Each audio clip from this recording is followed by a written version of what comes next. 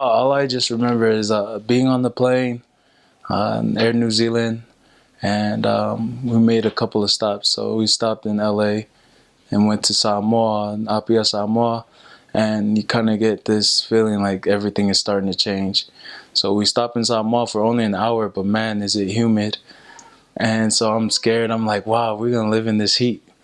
Like, it's really hot, and it's like a wall of like just hot mist air that you just walk into. And I've never felt that before, and so it's like walking into a sauna. And so getting back on the plane and going back to Tonga, the day we landed, it was actually raining. And usually, you think about rain. I grew up in California. The rain is cold, but as soon as I stepped outside, it was really warm, but the rain was there, and the rain was just as warm as the weather. And so that was a big thing. It was really different just stepping out of the plane and the rain dropping on you, and it was really warm. You start to see all these people, and they all, for some reason, they all look the same to me. They all just look Polynesian, and I couldn't tell the difference between anything. And we pick up our bags, and we get picked up by the mission president and the office elders. All these white boys start coming up to me and talking to me in Tongan, and I'm like, oh, I wish I could understand what you're saying, because I actually had to learn Tongan. But it's just crazy. I remember going into the van, and as we're driving to the mission home, how green everything was. Although it was raining and it was a bit dark, you could see all the vegetation out there. A lot of the trees I could name now, but just entering into Tonga, you just don't know what exactly you're looking at, but you just know it's green everywhere. And there's all different kinds of plants. And so the office elders are giving us a little tour and naming off all these plants in Tongan, and you're just like, how do you know what the difference is? They all look the same, but you can tell there is a difference. It's just, how do you know? They call it that. And so that was like my first experience going to Tonga. I was just seeing how green it was, and it was raining. And the nice thing was they took us everywhere around the island. The island isn't that big. I'm not sure what is it, but it's about, I would say, about 20 miles wide. And so the tour was really quick too. So we got to see the countryside. We also got to see the side of their town. But that's what I remember my first day entering the mission was just how different the scenery was being 9 weeks at the MTC, and it was cold, it was snowing, it was February, and then jumping into April in Tonga was humid, and just rain was warm. It was all different. The mission is pretty big. It was to a point where I know a couple of the old mission presidents, they told us that there used to be about 400 missionaries who used to cover the island, and they were from Tonga, but they would serve in different areas. I even come from a line of missionaries where my great grandfather was a missionary in Tonga. That his family, he actually served family missionaries. Family missions. So pretty much him, his wife, and his kids were living in a different village, but as missionaries for the church. And so it's pretty big. They also had a lot of building missionaries, and that's my grandpa was a building missionary. And another thing is the church is widely known throughout Tonga. I believe it's more than half of the population of Tonga are actually members of the church, or at least were members of the church as well. There's a lot of reactivation work, but most of the, I would say about 99% have come in contact with at least one member, and or even missionaries as well. They also have a temple in Tonga, but before they had that temple, a lot of the families would have to save up money and go to New Zealand. And I believe it was in the 80s that the Tongan temple was actually built, and that they have their own temple now today. Steaks, they have a lot of steaks. They have about, I think, 18 steaks in Tonga. And then they also cover other islands, but it's in the country of Tonga. So they had about 4 main islands. So they have Nuku'alofa Tonga, or they call it Tonga Tapu. Then they have Ewa, and then going a little bit north, you have another group of islands, and they call it Ha'apai. Then you go a little bit north, and there's Vava'u. And then there's 2 little islands that are way north, closer to Samoa, but still part of Tonga. And they're called Niuatop Tapu and Niuafo'ou. So they have a lot of islands, but all of those islands actually have a ward or branch located there. And I got the chance to serve in some of those areas too. The wards and branches, the stakes, they have a lot of members depending on what area you're in. But mostly the main island, they have a good number, about 200 people going to the wards, to each ward. And the thing is, it'd be impossible for someone to say that they can't make it to church, because every village has its own ward building. And so, like, as soon as you walk into the next village, you'll most likely be able to point out the Mormon church or the LDS chapels that they have built there. And they stand as monuments in each village, and you'll know where to go. So that was another thing that, yeah, Sundays are silent. It was really a family day. People would go to church, and after church, you just go home. And they always had what they call umu, or like, the underground ovens, and that's what people would go back and open those up, and they'd have food over there all the time. So that's what Sundays look like, pretty much. Church, underground ovens, food. I've had a lot of family members talk to me about family missions, and how my grandpa received his name just by being born while his parents were on their mission.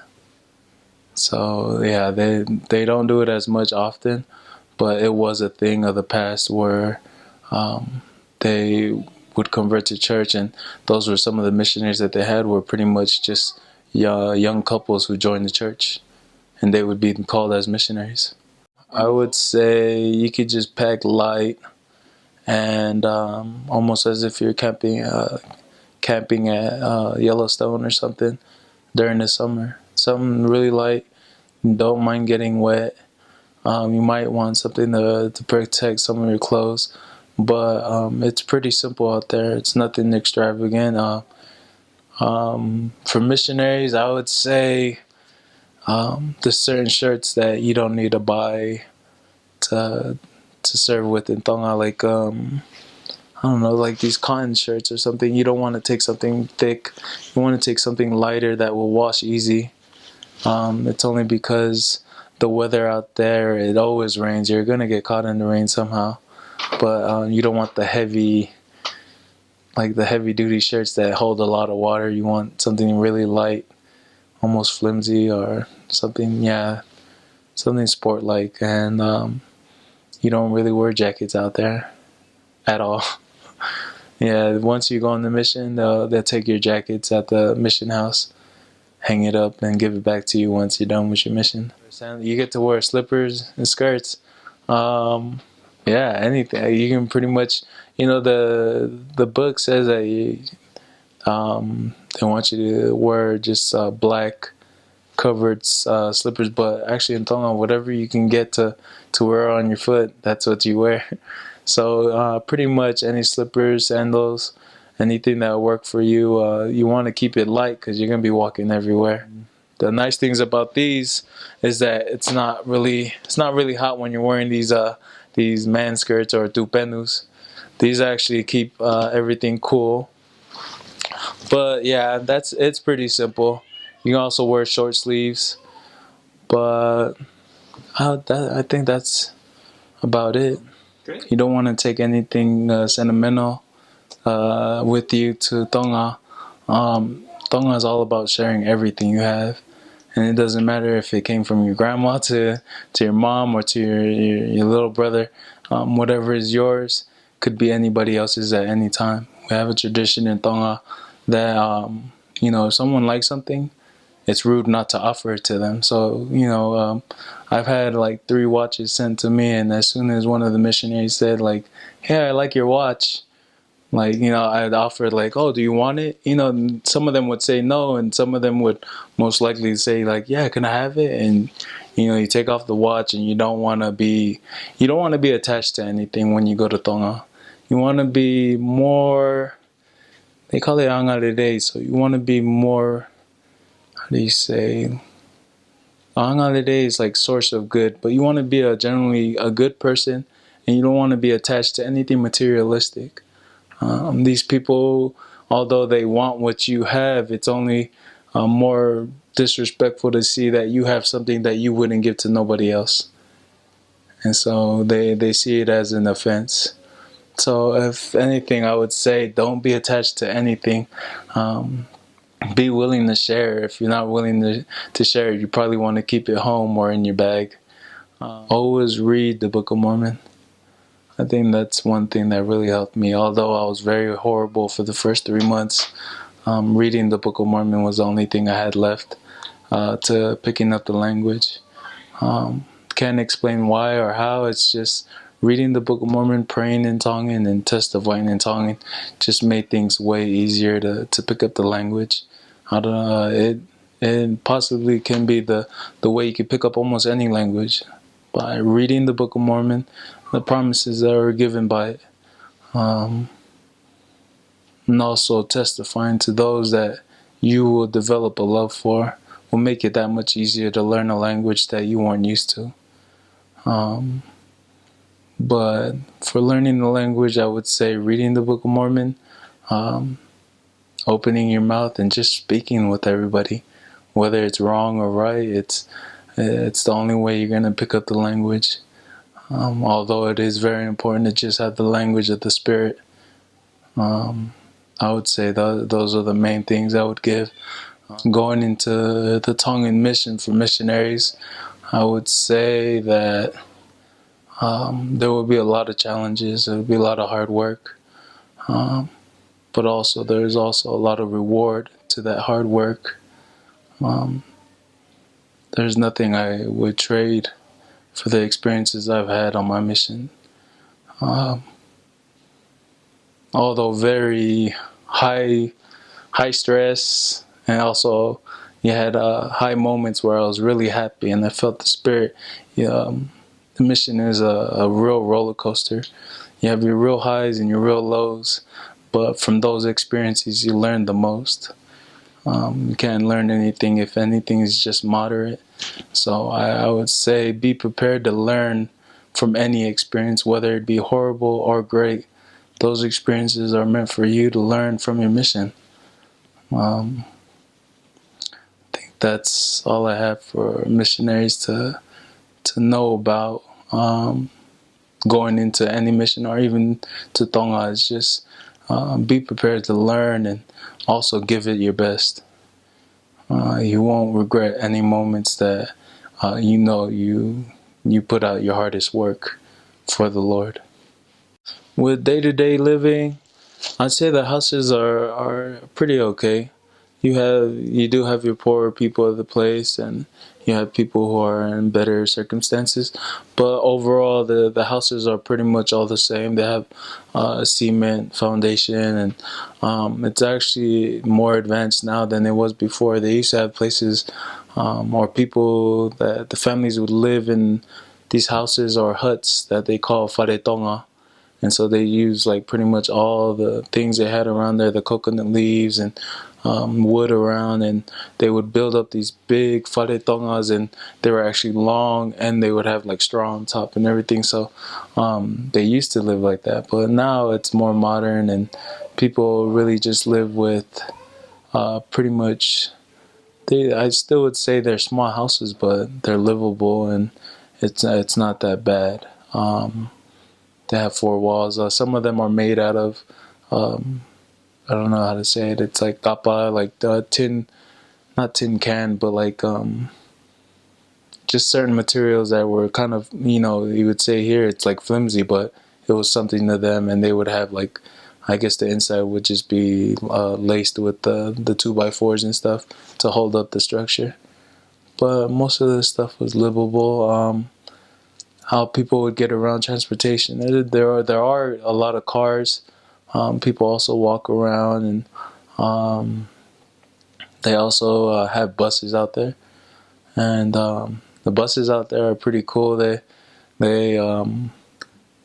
it's actually not limited to how many people could be in there, because you have people hanging out the window, or even like out the front door. Even the way you take the bus too, it's like, it's weird. And I'm used to, in America, you pay to get on, but you actually pay to get off.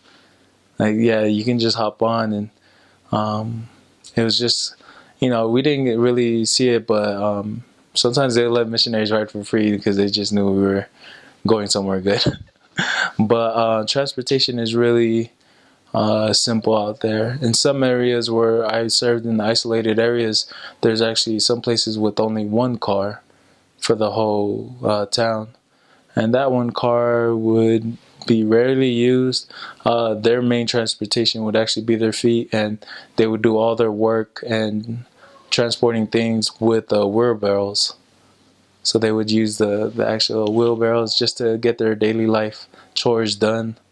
The Actually, it was like a van that they ripped back the back door off so that they could use it to like stuff it with a whole bunch of coconuts or different things that they needed to take around the island, but it was rarely used. So another thing, the plants and stuff. There's areas like they have like pineapple fields and stuff. It's really hot, sticky, but I've actually gotten to help out with a couple of the farms. You get cut up a lot. Probably want to dress with long sleeves and maybe some jeans or something. But they also have these little. The only thing that they have poisonous in Tonga is it's called a molokau. I think it's like a long centipede, but they're really it's kind of like burgundy, and they're I guess they're poisonous, but a lot of the Tongans get bit and they don't actually die. But I don't know if they built the immunity to it or something. But there actually have been cases where Caucasian people would go over there, or people from not from Tonga would go and get bit and actually die from those bites. But those are the only poisonous things that I know about in Tonga, is the centipedes. They're not too much, but they're mostly in moist farm areas. So depending on where you're at, you'll bump into those. They do have their typhoon season. I was lucky enough not to be at one of them. They've actually had a big hurricane that just happened. I think it was last year, 2014, and it took out one of the whole islands. All the houses were actually demolished. The only thing left standing were just a couple of the strong houses and the churches that were there. But they do have a lot of the typhoons out there. Another crazy thing is you could hear the rain coming from somewhere. Like it was weird. At first I wasn't really used to it. I'd have mission companions who were actually from Tonga, and they would tell me like, hey, we had to go look for a house to go and just wait. And I was like, for what? He's like, it's raining. I was like, no, it's not. And then all of a sudden you'll hear the rain like closing in, and it's like banging on the copper houses. Like you can hear the tin, like the rain just like trickling down on all these houses. And I would look down the road and you could see a big wall of rain just running towards you, and you're like, oh my gosh, like how did you call that? And just I didn't know how bad it was, but they have their ways of telling what the weather might look like, just by certain signs. They'll, I guess, look at birds, or there's certain things like dogs will run away or something like that, and they'll say like it'll start to rain or not. So yeah, that was one of the crazy things. I jumped back and forth. For my first 3 transfers, I was in the Nuku'alofa, but not the main town. There's also like other areas outside.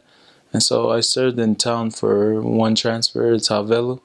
Then I moved over to a rural area in the west side, or they call it Hihifo. And it's the area I served in was Nuku, and I served there for 2 transfers. That it's more like a farm area. And then after the transfer, I actually had a chance to go and serve in Vava'u. But one of the unique things I think that I got from my mission is the transfers were either done by plane or by boat. And so I actually got to go on a boat and go to this island. I'm not sure how far it is, but the trip on the boat actually took about 24 hours. Yeah, so like a whole day. I just remember getting on the boat.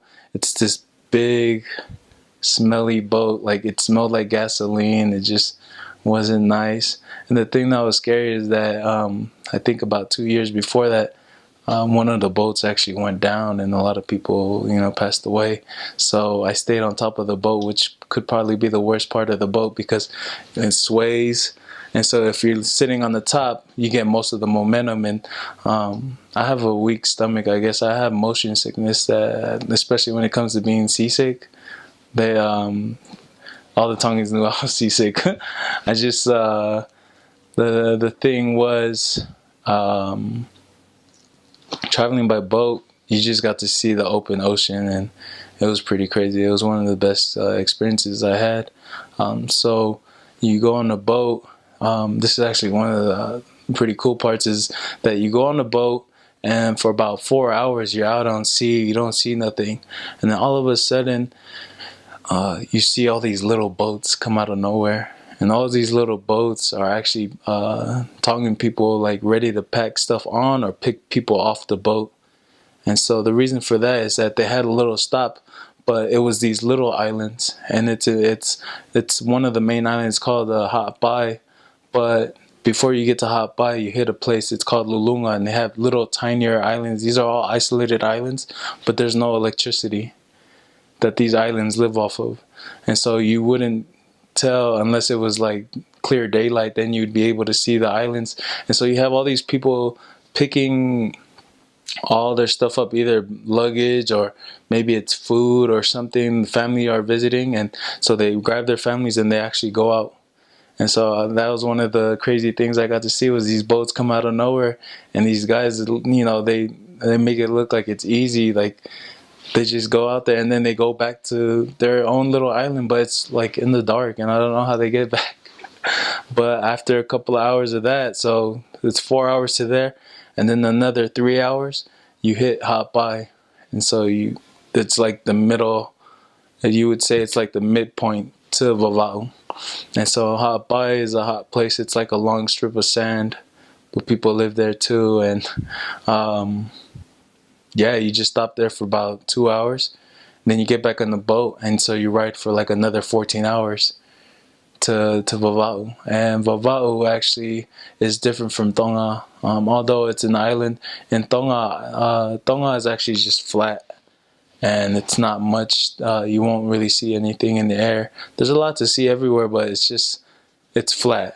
So once you get to Vava'u, the way we got to Vava'u is you kind of go around the whole island to get into what they have is like their dock, so that the boat can park and everything.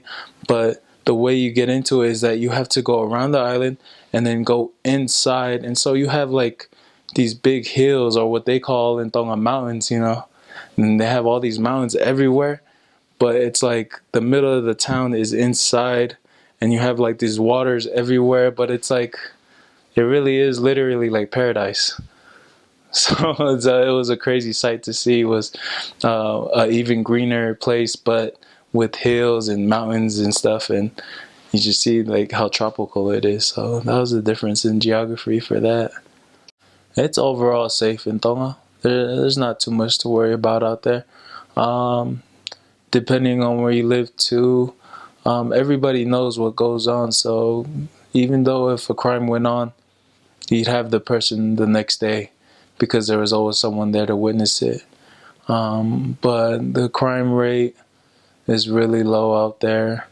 It's actually funny, even their jail system is not really advanced. So when people are sent to jail, it's more like a work furlough program or something, where they actually go and live in a certain area, and they do work for the government and go and They do like construction, or so they pretty much just they don't call it like jail. They call it ngawe popula, and that means like work in prison.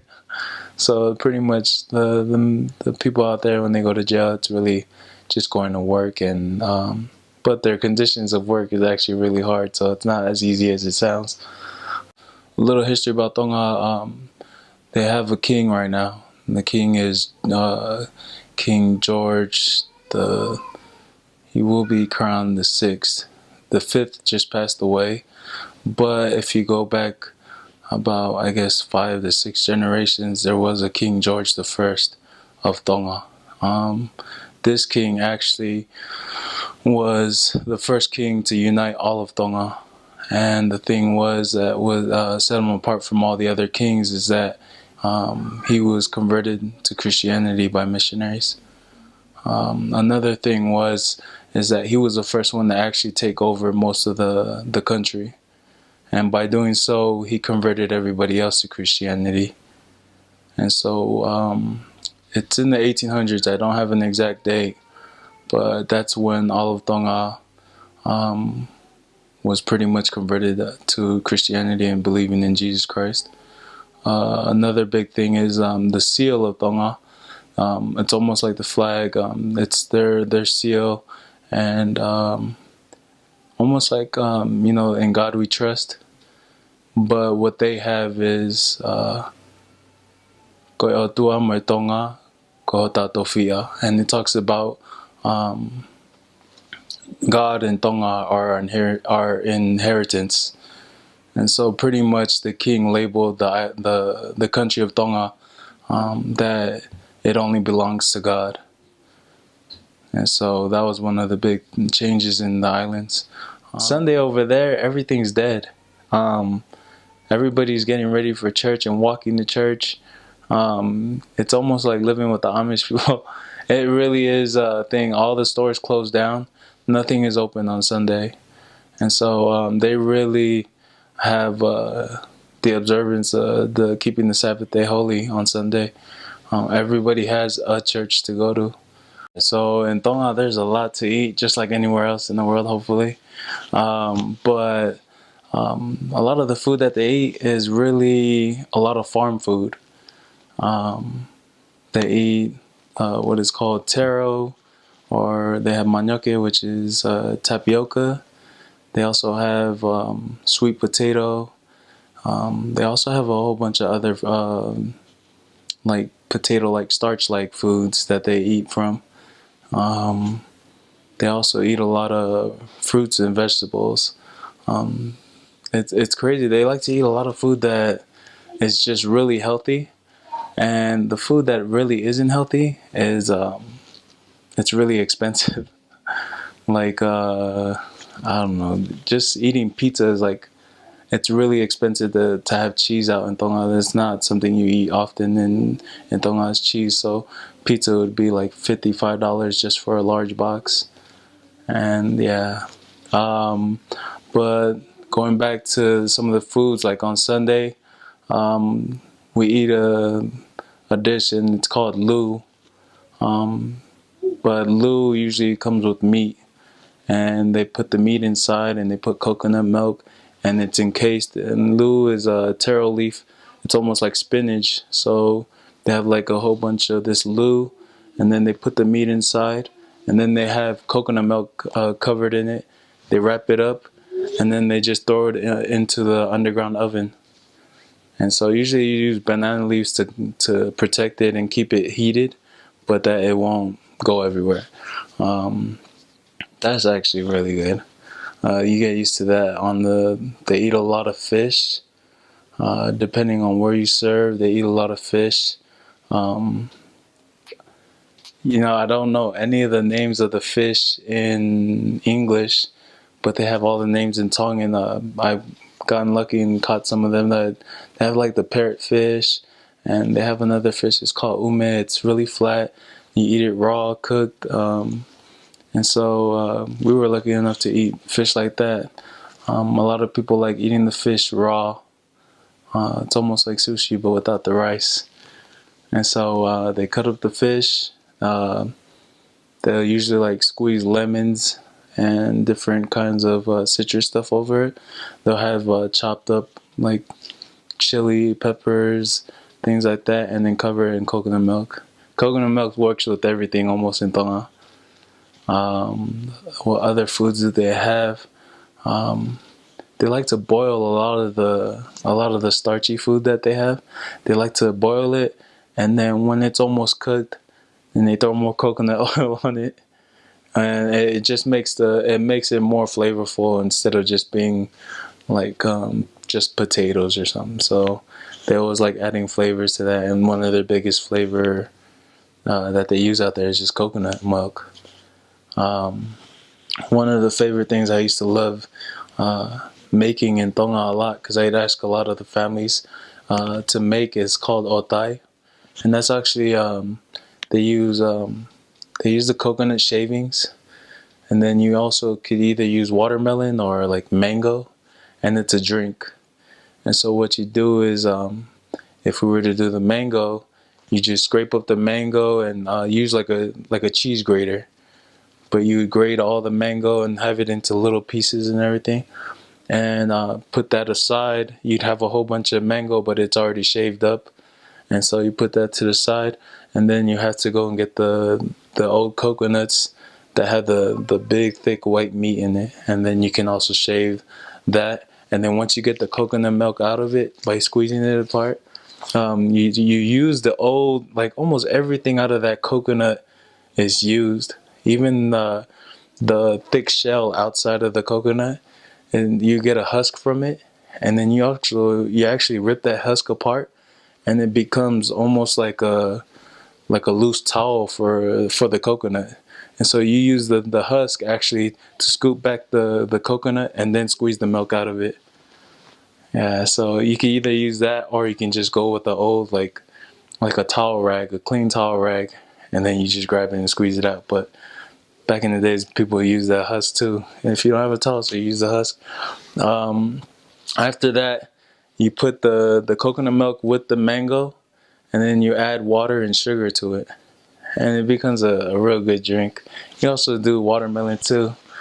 But yeah, that's what I remember about eating in Tonga. Just a lot of loo, the fish, also roasted pigs. You get a lot of the roasted pigs. I got to learn how to cut the intestines out and prepare the pig. You actually shave it, or you can burn all the hairs off to make sure it's clean, and then you wash it down, and then you can rotisserie it. One of the craziest things I ate in Tonga was actually dog. We ate a lot of dogs in Tonga. It was weird, like I come to Tonga and I'm like, oh, you guys really do eat dog? And they're like, yeah, it's really good. My experience with dog is it's like the roast beef kind of meat. And once it's pretty graphic, but once the head is off and the legs are cut off, it looks like you're eating another pig or animal or something. And so the difference with dog is you never roast it. You actually cook it in the underground oven. And the reason for that is that you don't want to eat any dog that's uncooked. And so they'll keep it in the underground oven, which is really hot, but they'll keep it down there for about 3 hours. And so dog was pretty much one of my top list of eating. Dog, shark. I also ate turtles. Turtles were pretty good. Ate it with curry. One of the things I didn't get to eat, but it's only because it's not available on all of the islands, is it's called olfato. I don't know if you ever seen Lion King, but they have like the grubs, the bugs. They're like big sized maggots. I don't know, but they eat out of wood, out of hollow wood, and so those they actually eat in a certain island. But I had a couple of companions who got to eat the olfato, and that's really gross. But yeah, they fry it or they eat it raw while it's still moving. And yeah, I think one of the biggest thing I could take from it going on my mission there is respect. They really value somebody who has respect for everyone else. They really, the culture out there is really, how would you say, family is very important to them. And the way you treat family members are even more important. They have a respect that between brothers and sisters is a real line of respect. That you don't disrespect the sisters and the sisters don't disrespect the brothers. That's a big thing out there. And when they see that you're someone who does that, that you know how to treat the opposite gender, it's really held high out there. They also love to joke a lot. Tongans will find anything to joke about, but they're really loving people. They're friendly. The culture out there is way different from what it is out here in America or anywhere else. I believe it's just it'd be rude not to say anything to somebody who's walking by you, even if you're not acquainted with them at all. It's always nice to say hello, good morning, or it's weird. One of the ways you can greet somebody in the morning as they're walking by is, "Where are you going?" And it sounds weird in English. It's when you're brought up in English, that's weird to say, but in Tongan it's perfectly fine, and they'll just tell you, "I'm going this way." And they'll keep walking on their day, but they really appreciate that somebody acknowledges that they exist.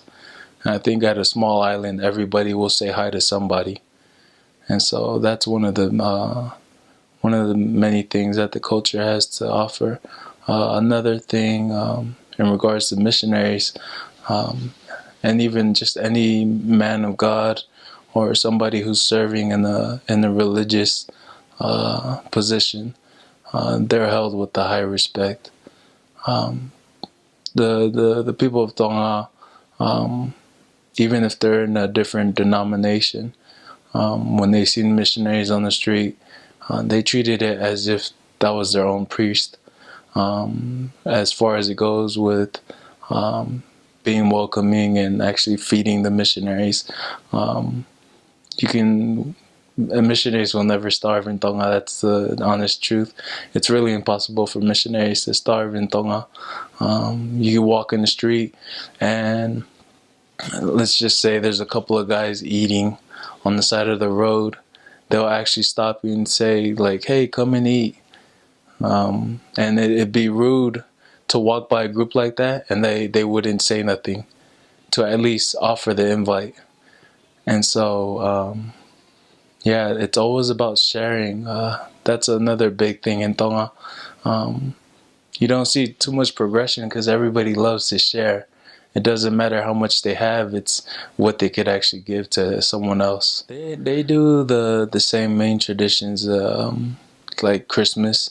They celebrate Christmas. They also have a lot of the religious holidays that they have for different denominations. They have what they call like a white May. It's a program where everybody dresses up in all white, especially the kids, and they have their how we have our primary programs. They have their programs where they read lessons and everything. That's a big thing. Mother's Day is a big thing out there.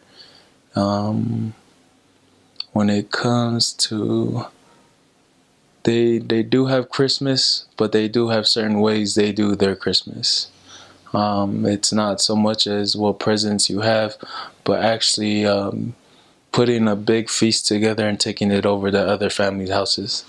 And that's the way they celebrate their Christmases, is that they make a whole bunch of dishes of different kinds of foods that they want to make, and they'll take it over to their neighbor's house. And the neighbors will do the same exact thing, the other neighbors and neighbors will do so. And so it really is, it goes back to sharing, but that's their tradition. One of the big culture thing is the brothers always respect the sisters. They always have something to give to the sisters. That's one of the big things they have, is that you see a lot of brothers, they take care of their own family, but they also always show respect to their sisters' families. and that once their sister's married, they usually get a big, we would say like a big box or a whole bunch of taro and a whole bunch of other things. They'd actually just take it over to her house Christmas Eve and just take a whole bunch of food for them to cook and have for their families. But yeah, they talk about, they have a tradition where they talk about the, I don't know, it's not like matriarch or anything, but it's, we have a thing, it's called fahu. And fahus are pretty much, the sisters are held higher than the brothers at certain points. The sisters are always held higher. But we would say, like, if you have a wedding, a representative from the father's side, which would be the fahu, would be one of the honorable guests there, especially. So yeah, but at some point, somebody's somebody's sister. And so it usually goes around, and when done correctly, everybody gets a piece of the pie. You know, I'm married to somebody who's, you know, held respectably high by their brothers, but I also have my sisters that I appreciate as well. No, that actually they do have an attire, you know, just like I'm wearing right now. I have my tavala on, but this is what someone serving a mission will wear in Tonga. You have your white shirt, your tie, but you have your tavala, you have your kafa, which is almost like a belt, and then you have your tupenu, and this is like the man skirt. But yeah, that's pretty much. You have certain occasions that you wear certain things too. This is what a missionary would wear to church. You would also be required to wear this. You can also wear pants if you want. But another thing is like if you're going to court, or if you're going to visit the king, or even attempt to visit the king, you won't be let past the gate unless you actually have the proper attire, which requires you to wear a tavala and a tupanu and a dress shirt. There's also special occasions where, such as a funeral, you actually could tell what part of the family is who because of what they're wearing. There's different kind of tavalas, or and what they call is just mats that they wear, or if you're a certain part of the family, such as, I think it's the brothers, but you can tell that they're the brother of the person who's deceased. It's the brother's side of the family, because they wear mats or different. They're dirty mats. They're old, and they're actually really big and cover the head of the person who's wearing it. And usually the whole family is wearing it. If it's the brother's family, they'll wear it to show that they were lower than the person and that they're in mourning. You also don't bring nice, clean clothes to the funerals. It's actually disrespectful to come into a funeral with a clean tavala, because the family is mourning, and that's not the type of clothes that they would wear to a funeral. They have things called ngatus, and there's certain villages that you'll go by, and you can tell what they're actually into. And usually there's a place, and it's like it's called Hakame or Homa, and this is mostly part of Tonga, the main island. You can hear in the morning that you can hear like a big like clunk clunk clunk clunk clunk, and it's like a piece of wood being smacked against the whole time, and that's all you hear is just clunk clunk clunk clunk clunk. But if you were to go into the houses, you would see that these women were getting a certain bark off of a tree. They'd strip the trees off with the bark, but the bark would stay in one whole contact. That they would put it on the piece of wood and break it apart. And when they break it apart, they would flip it over, break it apart again, but they would actually add more of those tree barks together, and they actually come up with the material. It's like a paper-like material, but it's really thick and strong. And that they put it together and they dry it out, and then they wet it again, and they clunk clunk clunk put it out. But once that product is done, they actually have a part where it's called like the kokaanga, and it's like they use a special ink that they hand paint all these mats or ngatus, and these are actually like what they call like the koloa of Tonga. So they have the different kind of treasures from Tonga. So that's one of them, is that they do the hand painted mats, but they also do a lot of the weaving.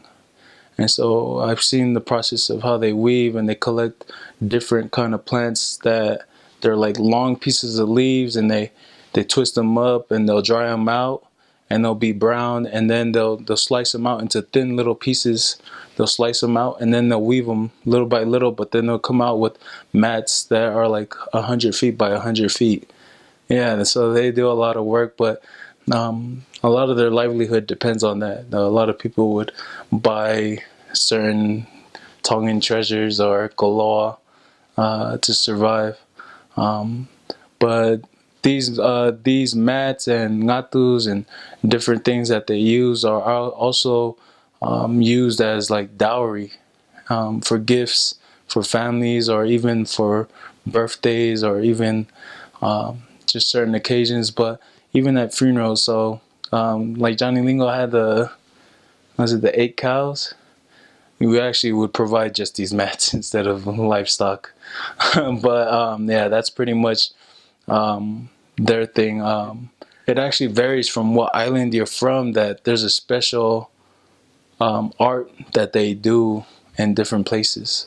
So Tonga is known to do a lot of the clunk clunk clunk and getting this whole thing and painting it out and everything. And there's different areas that actually do the woven mats. And so you have other places that will do mats, but in a different way. They would they would boil the leaves.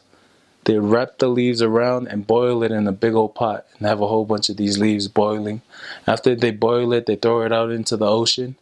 And when they throw it out into the ocean, it becomes like nice and really like white, a clean color. Like the color leaves it. It's not green anymore. It's not brown, but it's a clean white. And when they wove in that mat, it has its own special value compared to the other mats in Tonga. So each area in Tonga has their own specialty, but a lot of the women do most of that work, but the men really just stay in the farms and or go out into the ocean and either do fishing or farming. For those missionaries going to Tonga, or for any RM, I just guess I'll just share my testimony. I do have a testimony of this church. I know that it is true only through practice and only through the gospel's principles. I'm able to learn what the true meaning of the gospel and the atonement is. Although I'm still learning, has the mission helped me do that? It's given me tools to prepare myself for life. It's given me countless blessings that probably wouldn't have been taken advantage of if I didn't learn any of these tools from the mission. I do testify to you that the work that you guys will be joining is true, and that it is real, and that you will be truly blessed, and your family will be blessed as well. I just want to let you know that you guys will be part of a real work, and that you'll grow to love people you wouldn't know that you would love, and that you would want to help those that you would never think that you would want to help.